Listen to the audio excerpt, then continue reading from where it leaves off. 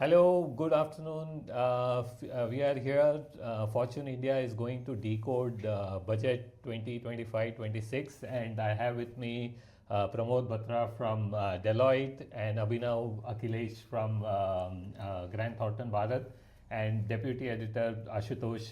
So, quick take on what is your opinion on the budget? Is it populist? Is it consumption driven, or what is it? We had one of the shortest budget speeches Yes. ever, 45 minutes. or That's less than always that. good news in my view, but I leave the tax issues with you. But what I think stood out for me was the focus on increasing consumption, particularly rural consumption, and addressing very, very specific themes: agricultural productivity, credit access to self-help groups, producer organizations. In fact, one of the more interesting ones was the announcement on gig workers, because that has been something which has been voiced for quite some time. And I think trying to create that social security net, not just for the formal workers, but for the informal sector as well. These are long-term impactful initiatives. So that was very, very welcome. Obviously, there was an eye on capex, so setting up of airports, etc. That obviously always helps. What is very interesting, and I come from the state of Bihar, so makhana board in Bihar, that is one food which I remember from my childhood was available for hardly any cost, and today it has become a superfood. That has a potential to become a very big industry, not just for Bihar but for other adjacent areas as well. It was more elections because there are 2-3 proposals that particularly mentioned Bihar. Yeah, that's okay. Whatever gets investments to that state. I think the other two which stood out to me very interestingly, though it was mentioned just in passing, was the focus on circular economy in shipbuilding as well as critical minerals. And that is one theme which, at Grand Thornton we have been very, very focused on. The potential for a circular economy is to add about $10 billion year on year to the overall economy. And circular economy goes beyond just waste management. We have seen that in the metal sector, in the auto sector, in batteries, and now for critical minerals and other mining industry. So that will be a very interesting area to watch for all of us, and we hope to see more such initiatives on that area. See, I have a small supplementary over here. When we talk in terms of the capital expenditure, if we look at the budget fine print actually, see, in the revised estimate, the BE 24-25, which was 11.11 lakh crore, has been brought down to 10.18 lakh crore. And in fact, the projection for the next year is almost flattish at some 11.21 lakh crore. So it's almost flat basically. What I want to ask is that is the infrastructure story in terms of allocation of resources, is it waning or is it indicative of some capacity utilization issues that the government might be facing that we have seen in this year? How do you read into this, not so, a very lackluster kind of allocation towards your take on that? Yeah, I'm not an infrastructure specialist from that perspective, but very difficult to comment as to why the budget estimates have really been reduced on that front. Rather, there should have been a push on that when the government itself, from a tax standpoint of view, I really look at it, they have extended the exemptions available to the sovereign wealth funds as well as the pension funds for a period of 5 years.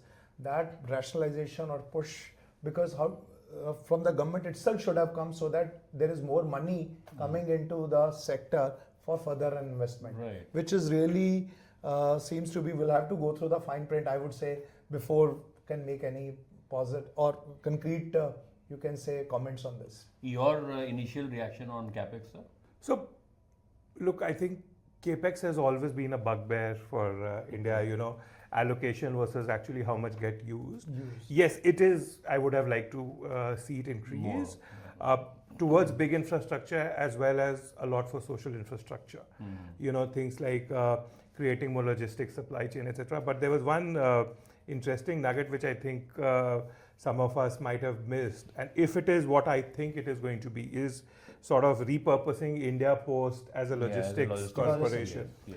That has really huge impact, because given the amount of infrastructure India Post already has, given the type of human resource they already have. And that has also been a weak part of our infrastructure. If you see the network, we have been good at building relatively large infrastructure, but some of these soft social infrastructure we have not been that great at. So as Pramod said, we'll have to look at the fine print before we can pinpoint any particular reasons for it. Right. Before we get into that, the biggest takeaway from this budget, it seemed, was that more money in the hands of the common it's a man. So demand-driven- let's talk about that. Pramod, your quick take. Is it really? To me, I think the first 10 minutes focusing on the agriculture sector itself and some of the initiatives which have been announced, clearly the direction was that they are going to bring the money in the hands of the farmers, which should drive the growth. And if we see towards the fag end, when they are talking about giving more money in the hands of the middle class people, with the highest slab being taxed at above 24 lakh rupees at 30%, that means we are going to see a demand push for at least quite a number of items. And probably that's the reason when we look at some of the stocks in the auto sector have really boomed up, because that gives us a reason for them to go for the goods, higher luxury products or all, which is probably may not be there as to otherwise. So I think to me it appears to be a demand-driven budget, and some of the initial steps towards, I think, more on the customs side, where they have increased the BCDs on the import of on the commodities and reduced it for reduce the duties and all on the raw materials and inputs, is a step towards promoting more manufacturing in-house itself. Make in India initiative, which the government has in fact been boosting about for the last couple of years. I think one thing which we were expecting was, because the push has to come from all sectors, and we were expecting the government should come up with the corporate tax rate on lines with what they have done earlier, in fact of 15%, which is probably missing in this case, and which we were expecting that might come up, because it's not a push coming from one side, it has to be a multi-focus push in order to really give that stimulus in the sector. In your view, would you agree that the government has kind of reposed more faith on the people of the common men and women of the country in kind of uplifting the economy than the corporates? They said that, okay, we have given you one relief in 2019, but let us try this demand side also. So it's a function of, I think it's a function of how much of this extra money which is in the hands goes into spending vis-a-vis go into savings. If it goes into spending, it's a demand, but if it is not, then it is more in the hands of the saving that may not be, it's lying idle in the banks probably. As a tax practitioner, I mean, what does your experience tell you? Where will how has it happened in the past, and what cues can we take from the past? So that's why I focus more on the agriculture side, on the lower strata rather than the middle or the higher income group, because if you will see from an economy point of view, the demand for you will not increase in proportion to increase in the income, because you are already fulfilling your needs. But if you go to the lower strata of the income, on the lower side, every rupee which is increased in terms of your income, probably 99 paisa will go towards the pushing the demand for the products and the services. While rupee increase for the higher income or middle income groups, probably 40 or maybe 50 paisa will go towards increasing the push. So good initiative. It's for an rural overall, it's a good consumption. initiative, absolutely no doubt on that. It is a very much a good initiative, and there will be a push, and that's why I was more a fan of looking at when you are increasing the income in the hands of the farmers. That's how our economy traditionally over the years have grown. One last question on tax buoyancy. Given the projections, what kind of, in your view, what the government might have kept in mind about the economy while deciding the direct and indirect tax projections? I mean, what kind of reflection does it give? So I think the finance minister herself announced that by increasing the slab rates or widening the slab base, and there is a loss of around over 1 lakh crores in the taxes, they have already foregone other, and therefore they would have done the maths around it, because now in the digital world we have tons of information as to how the taxes are played. Right. For last 20 years, I would say 18 years or so, we have been filing digital returns. So the data is there. I don't have the data to really comment much on that. But if we really see the tax buoyancy in terms of the corporate tax vis-a-vis the individuals or the non-corporate taxes, we see the last year's statistics or so, it is largely 50-50 between the corporates as well as and that is more a function of the way that taxes have been changed over the years. Earlier, we used to have, for example, dividend taxes, wherein the tax in the hands of the companies distributing the dividends. But 2 years back, the law was changed and dividend tax was switched from corporates to individuals. Right. So therefore, since the burden has shifted, the individual tax collection has really gone up. Right. Earlier, it was the corporate taxes were much higher vis-a-vis the individual tax rate. Right.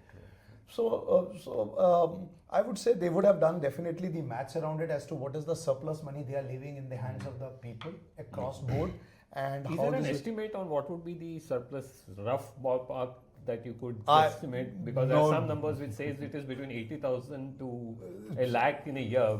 Does that really move the needle for consumption? That's my thing. No, if you were to say that such a high numbers, definitely that should move the needle. There is no reason why it should not. But the fact, I don't have the statistics or to really to comment on much unless you have some data points around it. So to say.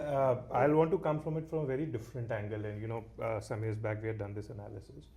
Two facts which often get overlooked in the whole maze of numbers. It's not that 1 lakh crore extra only is coming. It's also that feeling, that heady feeling that I'm getting more income. And at times it's not about the 70 or 80,000 rupees that you're saving. They tend to spend more, Yeah. assuming that this way is the direction. That's number one. Secondly, it's a well-proven fact that more moderate taxes actually leads to increase in tax rather than higher tax rates. That could also happen. I don't know whether that is reflected the short term or separately. Okay.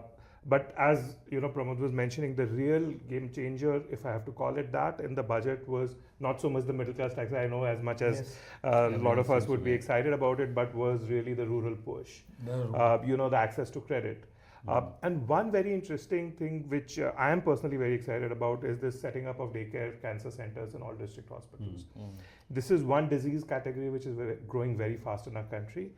A very high mortality rate compared to So other is this disease budget also categories. takes into account the healthcare expenditure has been going up? For That will need to see it has been going up, not to because the the survey extent- has saying Yeah. that that has been that has been going up. Not still, there is a lot of headroom still to go up, but I think it is trying to fix one of the things which, in my opinion, has been the missing piece in our healthcare infrastructure. We have built a lot of good tertiary care hospitals, and that's what majorly the private sector hospitals also address.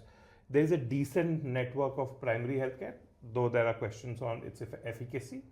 But this secondary care hospitals, which the district hospitals were always intended to be, that are now being strengthened. So, a few years back, all district hospitals, there was an initiative announced to convert them into medical colleges to give that specialization. But cancer is also a disease category where access to quality cancer care and the incidence, that gap is probably the largest. And it's a long-term disease where there's a long-term treatment which goes on. So this really would, one thing is what increases spending, but this would also probably lower the cost of treatment in the hands of the patients, along with other initiatives that the government has done. So apart from income, consumption, this is also I think this has, in the medium to long term, this will probably be a very, very strong outcomes this will be able to drive. But at household debt at 43% of GDP, I'm still sticking back to this whole consumption. While there seems to be a lot of bells and whistles around the whole thing, I think that at household debt at such a significant level, which is why are we seeing a muted reaction on the streets? Yeah. Because the market is 1,000 points up, and now it's kind of. What's your take on that? I mean, are we really going to see that? Because the corporates are sitting on So flush I think profits. I would only say that markets are reacting, probably seeing what's happening outside India and the impact it has, whether it will have, and rather than seeing it more as to what really has been done in the budget itself, because it is a comparison between the relatives, and that probably seems to be that the expectation was much more then what really has come up, and that's why the market is reacting in a muted manner. That's how I would really read it. But otherwise, there seems to be a lot of positives and takeaways as.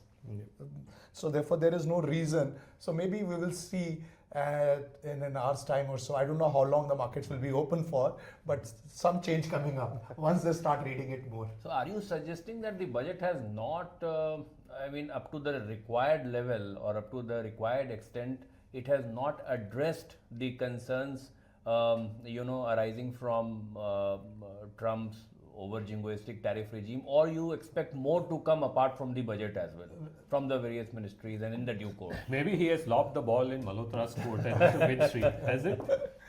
Very difficult to say for us as well, because the US obviously is coming up with the daily news. Yeah. And there are surprises on a daily basis for that. So any indications in the budget that the tariff threats have been addressed in the custom adjustment? Do you see any step towards that direction, Not or as really, of now, no?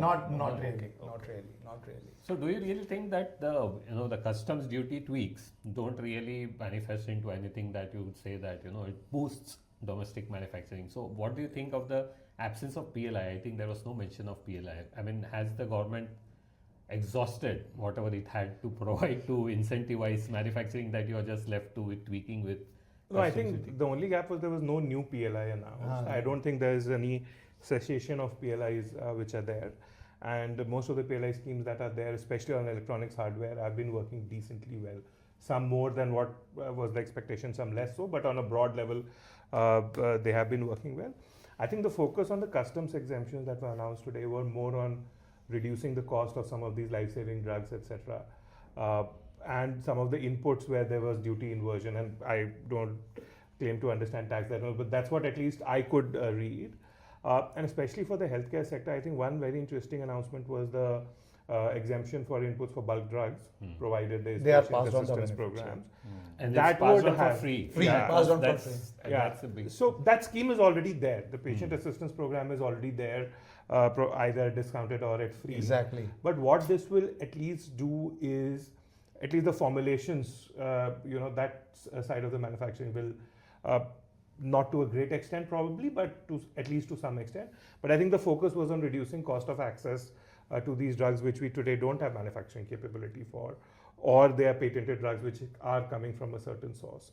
So that was, I think, the bigger focus rather than boosting domestic manufacturing, at least on the pharmaceutical side of it. Ashu? Sir, two things that I would like to ask for the benefit of our readers for you to explain. Pramod sir, basically this question is for you. What is this announcement related to relaxation in revised returns? And also, how will this entire thing on taxation on the two houses front pan out? If you could give us a little detailed explanation for the benefit of our readers. Will that, just to add to that, will that have a rub-off on real estate sector, which was any which ways? No, it will not. It will. I think it will probably have some positive push for you to acquire a second house as well. For example, if I'm living in a city of Gurgaon, Right. यहाँ पर एक भी नहीं ले पा रहे हैं, दूसरा okay, it's an expensive city. I agree with you, no doubt on that. I'm giving you an example. Right. We are not going to buy at Camellias. Yeah, so I think it seems to be a positive. For example, under the present law, it Right. looks like what a very quick read of the budget provisions provides, that if you are having one house which is self-occupied, it was not taxable. If you own another house in the same city, then you were not eligible for the tax exemption. Notional income could have been taxed. But now they are saying that you can have the second house and without the limitation, and the notional income still will not be taxed in your hands. So that's the condition was that you are not able to occupy the second house. Under the old law, the condition was that you can have the second house, but the exemption is available provided you are not able to occupy it for reasons because of your employment. You are living in some different city. So for example, if I were owning a house, let's say in Noida, then I was eligible for that exemption because I'm living in Gurgaon and working in Gurgaon. So, but I'm not able to occupy the second house in Noida because of these reasons. So therefore, I'm eligible for exemption. But now I can have the two houses in the same city, will still be eligible for exemption. This is the law on the two house properties, which seems to have been announced. Right.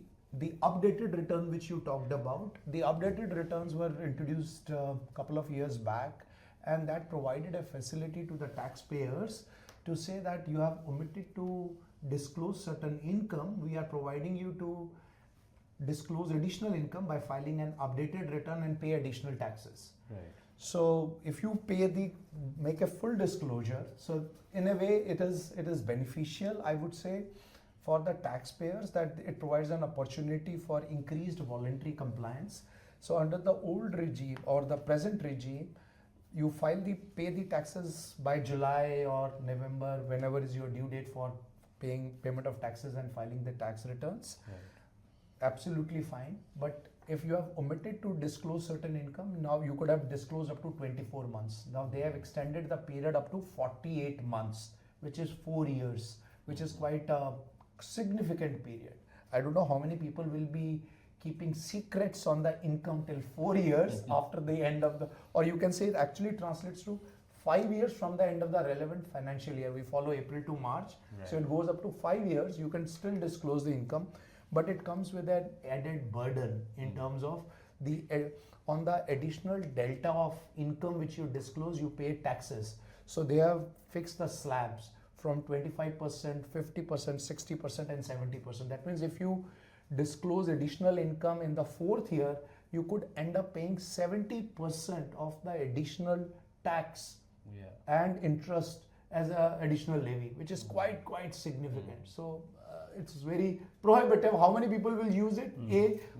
If you have survived 4 years, then probably and it you goes may against not, it goes against the grain of what she said, that we trust our taxpayers that they have taken. Fir why introduce this? So trust is a very interesting topic, and personally I love that topic as such. So it's not a question of trust between, obviously it's you can say the cat and mouse game which taxpayers and the tax department play in terms of, because we try to disclose information as taxpayers on an information basis, need to know basis. If the tax officer does not ask for information, we don't provide him the information. Instead, while the legislation is that the tax department should support the taxpayer to disclose, to not disclose, to help him pay the right taxes, which they are required to, they can collect under the law. But because the trust factor is missing both between the taxpayers and the tax department, it is not that people don't want to disclose the information, because they fear that once they disclose certain level of information, 200 more questions will come up. And because the tax department is so anti-you or negative, they are only going to draw negative inferences. That's more the painful part. So therefore, I think a lot has to be done on the trust. And more importantly, it is not only the trust between the taxpayer and the tax department. The more important part is the tax department's, the government's trust on their tax officials itself. That's the most crucial part, which is really missing. Because when you speak to the tax people, they are not giving you the relief, despite the fact they will agree with your propositions, because they fear inquiries, they fear their own investigations. They say that you go to the appellate courts, get the relief, we will give you the relief. But we will not give you at that base level. That's the biggest challenge. Do you think that with the coming in of the income tax reform bill, some of these issues will also get addressed? I don't know that because the focus is, the trust is not something which is built by written legislation. Right. Trust is something which has to be practiced, and you have to repose it and showcase it, demonstrate. So, the proof of the pudding lies is demonstration. Coming to the legislation itself, what are your expectations from the upcoming bill? I hope, because the mandate is to bring a simple, lucid, easy to understand bill, act, but whether we will be able to achieve that as an objective is a question mark, because this is an exercise which cannot be achieved probably in 6 months' time, and because if we look into the history, some of the countries, they have done it over a number of years. It is not something you achieve in 1 month, 2 months. We have the leverage. We can rely upon what others have done, achieve it. But ours is a historical act with so much of provisos and complications and history of litigation. If you look at some of the data points or statistics, our last year's tax collections was close to 16 lakh crores. And probably in 24, the government statistics itself says that 14 lakh crores is lying in litigation, which probably they are fighting or the taxpayers are fighting. So if so much of money, 1 year of almost tax collections are in litigation, how much you will be able to simplify? Because the essence is you want to maintain the essence of the current law, simplifying the language. And the devil lies in simplification itself. Because then you will start that this is the real code. To what extent the government will be able to give up on that? Because as taxpayers will pick up those languages to say that's the real intention. And how do you really interpret it? Because so much is already at the stakes. So if trust is an engine of growth, let us put that way, what is the Trust real is definitely the engine of growth. There is absolutely no doubt. So, Abhinav, what's your take? What are the other engines of growth? Well, because the speech began with engines of growth and we thought it will start revving up, but at the end of it doesn't seem to be. You see, one take on the trust part, what often the government does not calculate, and that's the nature of our government and most governments, is what is the cost of detecting and litigating that fraud, right? And is it worth it to go after that fraud? And it's not just in tax, it's in a lot of government processes also.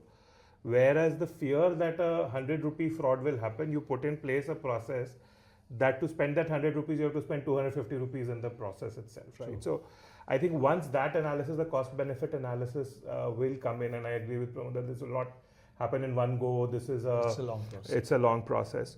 But in terms of the engines of growth, I think what was a positive for me at least is MSMEs have always been the engine of growth in our country.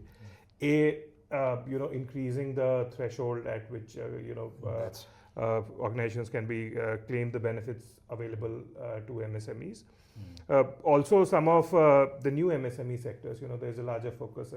Again and again, I'm saying it on the circular economy, some of the food processing sectors, the logistics part of it, which will really help rev up that sector. And I think engines of growth, yes, there is a focus on exports, there is a focus on manufacturing, but again, coming back to the whole rural economy, because that will eventually then drive up growth, because our rural population is still about 70% of our country. And unless that part of the population catches up or maybe even exceed the urban growth, we won't see the objective of Viksit Bharat. So do you think that's where the gap the is. finance minister made the point that they want to give migration as an option? Yeah. So does the budget do enough to ensure that the migration doesn't happen? See, ensuring that migration doesn't happen, I don't think that's the objective. The objective is today, if you go to states, especially in eastern India or some other states, people are migrating because there are not enough economic opportunities where they stay. And it's not just in the rural areas; it's even there in the small towns. Yeah, I think it's more seasonal right now, right? I mean, you do work on the farms and in the not necessarily. Not necessarily. There's a small part which is seasonal, but if you look at the migration, a larger part of that is semi-permanent. In order to find that, the farm labor is still a very small. It's big.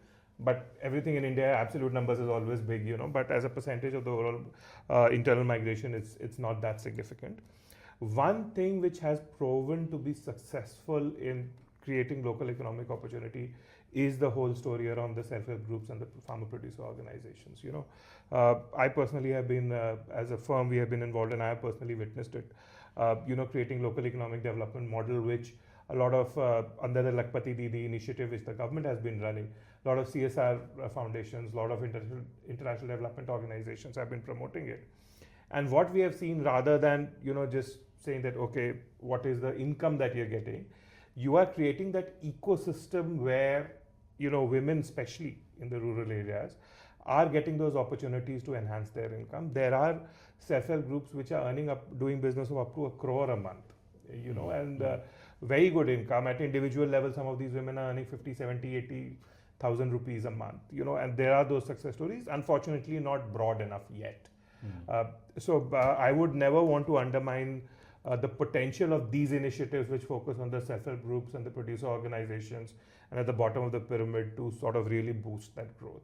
See, because traditionally if we are seeing 1 lakh crore coming into either consumption or savings or whatever proportion that will come in, but we have to remember only about 3.5% of Indians pay taxes, right? So that will have some effect, but we have the remaining 97%, not in the tax bracket today, and I'm assuming the 3% number will go down with the new tax initiatives, but that's where I feel the real growth story is going to happen. Right. I think I'll just add one thing. I think one announcement which the FM made and which looks quite interesting is around the GCCs. Yeah. And they're saying that they're trying to work with the states Right. to improve the setting up of the GCCs in the tier 2, tier 3 cities. Right. And that's when you talk about the migration, and therefore probably it's going to be a function of the skills. That means the skills are available in cities like Jaipur and all. They are doing fantastic. And a lot of GCCs are coming up over there as well. So I think if that model picks up, then the pressure on the core cities like Hyderabad, Bangalore, it will come down significantly. While we are seeing some of the other steps taken by announcing steps towards remote working and all, they are already facilitating, and people are working from the remote towns to support the SEZs, and with the extension which has been recently been announced till I think for next 4 years as well. So these are good initiatives towards Does that also in part address the migration issue? That's what I'm saying, because the urban migration. urban migration, that definitely addresses those issues, and not only the ecosystem in those cities would improve significantly, but improves the migration in terms of restricts that, prohibits that, because in today's date when you speak to the people they love to be in smaller cities rather than living in cities like Delhi and all, which are becoming overcrowded. And Very quickly, sir, from both of you, in fact, India has got a 2047 goal. How much does the budget build upon it, towards it, basically? I mean, one key defining feature of this budget that brings us closer to that goal. So or let's not go to or 2047, 2030. 2035 trillion economy. In the medium term also, what could be the foundational things that are there in this budget which may lead us towards that goal, basically?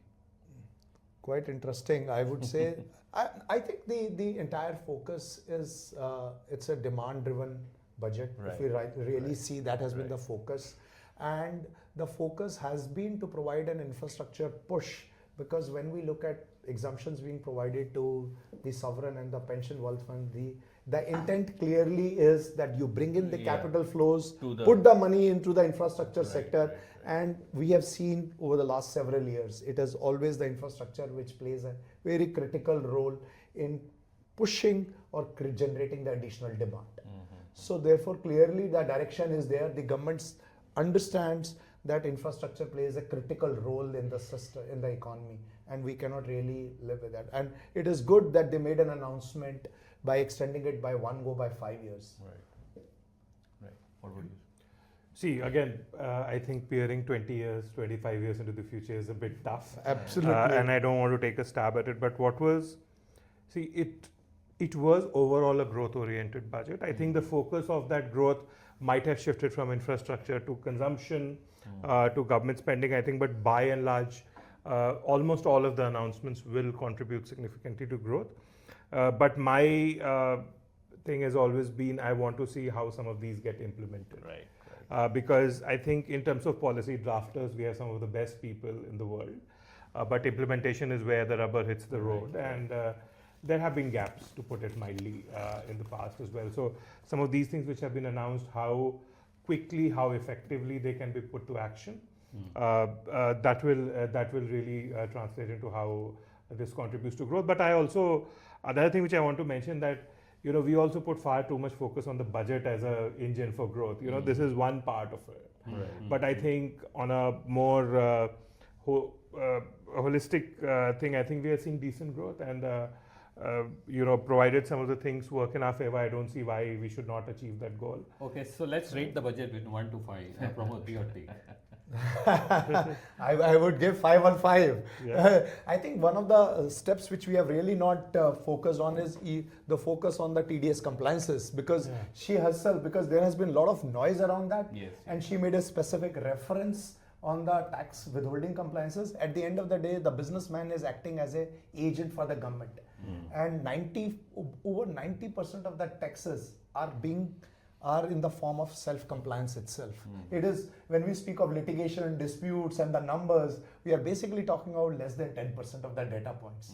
That, how much is that? So therefore, and because this has been the big ask of the industry, that please reduce the burden. I think what probably seems to be missing is on the TDS compliance, and we'll have to read the fine print around it, is because in today's date, if you are not compliant with the withholding tax provisions, there is interest, penalties, and disallowance of expenditure, and plus prosecution if you are not depositing the taxes. So prosecution has been an ask that why, if you are collecting the interest, you are collecting the penalties, you should not prosecute the people around you, unless it is and prosecution can actually be undertaken without the threshold for prosecution should be fairly large, while the amounts are fairly small when we look at the prosecution as one of the deterring consequences towards this non-compliance. So that is fairly, otherwise looks to be an interesting budget. 5 on 5. I always refrain from rating the Yeah, there is no, because there is absolutely as You have to as read I the FM. You have to read the FM. I think FM or all FMs are 5 on 5. See, Absolutely. I think all FMs do their very best. Yeah. Given the tight space they're in, I would not want to be in her shoes. Yeah, I think balancing so many different priorities, but by and large, I see it as a positive. You know, were there things I would have liked to see more? Of course, but then I'm sure she would also have had priorities, balancing certain things. She would have obviously any FM would like to do more. Who doesn't? But I think all in all, it's a very decent budget. Would we have liked to see more? Of course. Could there have been more done for various aspects? Of course. But I think on balance, it's a very good budget, and I think, especially given the city that we live in, there will be some celebrations in some of the households. Absolutely. Most of the households, if I may say so. One small thing which probably I missed, and that is a personal favorite of mine, is the Jan Vishwas thing that she announced, that that has a huge impact in terms of reducing recidivism and criminality, though that's a very small portion of our population. That has been demonstrated to have a huge impact on economic opportunities, because once you have that red line on your resume or on your record, it's very difficult to get employment or very difficult to get into the formal value chain. So that will have a small but significant life improvement for that section of the population. So that will be my last take. Okay. Thank you, We are a gentlemen, large for- country. taking time out for this absolutely sharp discussion on the budget 2025. Thank you. Thank you. Pleasure. Thank you. Thank you so much. Thank you. Thank you. Thank you. Great.